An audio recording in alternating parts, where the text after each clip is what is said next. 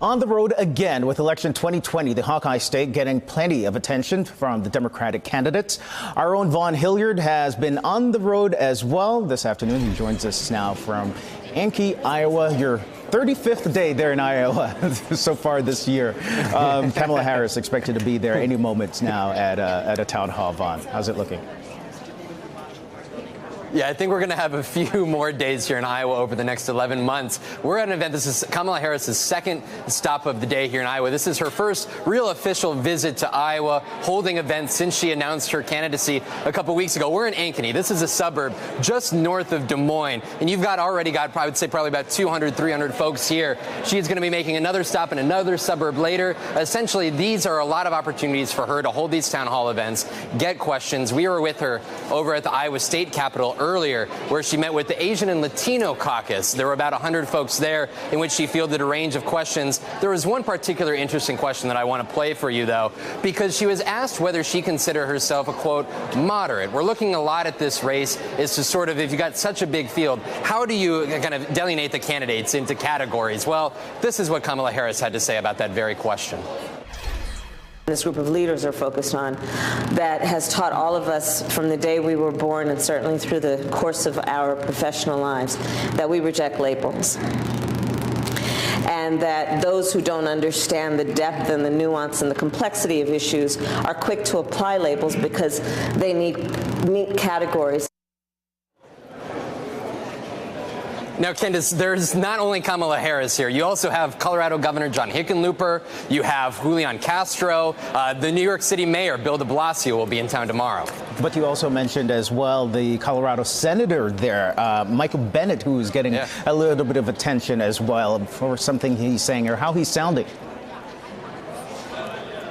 Exactly. There's still several individuals that are coming to town. They are not announced candidates, like Michael Bennet. I was down the road in another Des Moines suburb of Johnston last night with him, in which about 80 folks showed up at a local brewery. And it's interesting because he had much more of a conversation with folks. He was congenial. He seemed comfortable on the trail. Essentially, he's an unknown to a large extent. He, last month during the government shutdown, had quite a moment on the Senate floor when he called out Ted Cruz for essentially being a hypocrite when it came to government shutdowns. But that's the reality. We have 11 months left of this, and there is the opportunity. While Kamala Harris is able to draw hundreds now, the question is, can somebody like Michael Bennet, the senator from Colorado, the more the quiet-minded type, will he be able to work those areas if he were to announce and make a play? He did sort of have a Spartacus moment during the shutdown, some 340-plus days there. You have a long time to go. I should tell you that I didn't recognize your backdrop because over the last few months, it's been Vaughn plus cow, plus cow, plus cow. More. And there's also going to be plenty of cows in the months ahead, too. You got that right. That indeed. Vaughn says that the hog farms smell worse than cows and caucus goers. The cow farms. All right. All right. Thanks to Vaughn Hilliard there in Iowa, waiting for Kamala Harris there. I do want to bring in my panel right now. Sophia Nelson, who's a former House Republican counsel, also an NBC Think contributor. Joel Payne, the Democratic strategist and former Senate leadership aide. And Aisha Moody Mills, a Democratic strategist and fellow with Harvard's Institute of Politics. Our thanks to you all. Aisha, let's start with you since you're here with me. You see the sort of crowds that Kamala Harris is getting there on her first visit to Iowa there as a Senate candidate or as a presidential candidate. And you think, is she peaking too early or not?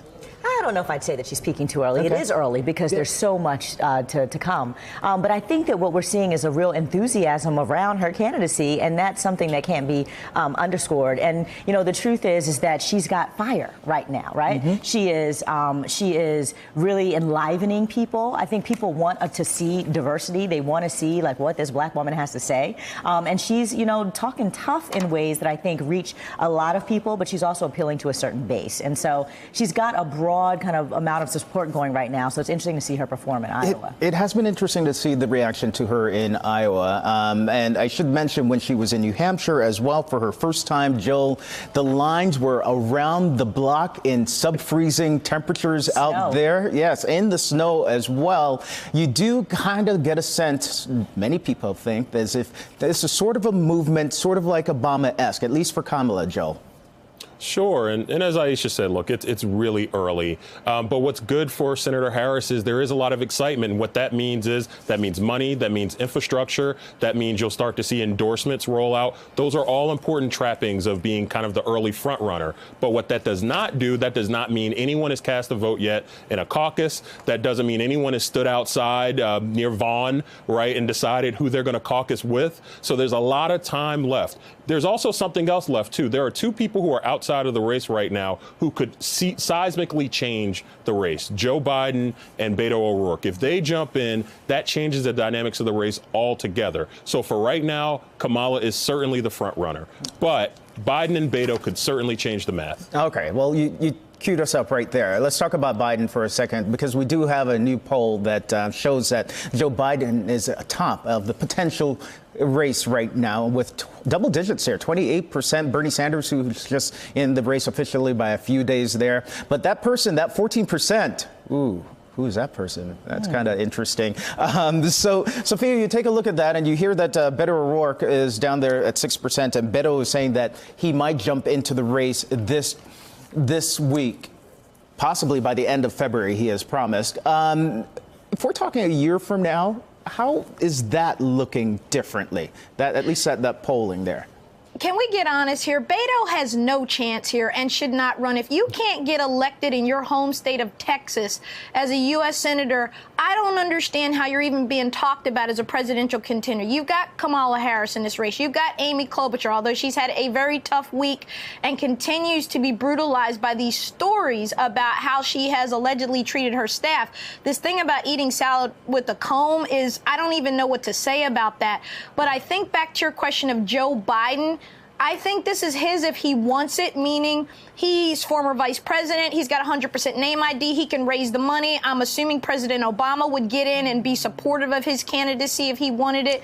I continue to think Biden is the guy to watch, but I think we would all agree if he doesn't get in soon, Kamala, Bernie Sanders is now in this race, Amy, Elizabeth Warren, and others, they're sucking up the money and putting together the campaign staff and the infrastructure, and they're getting known.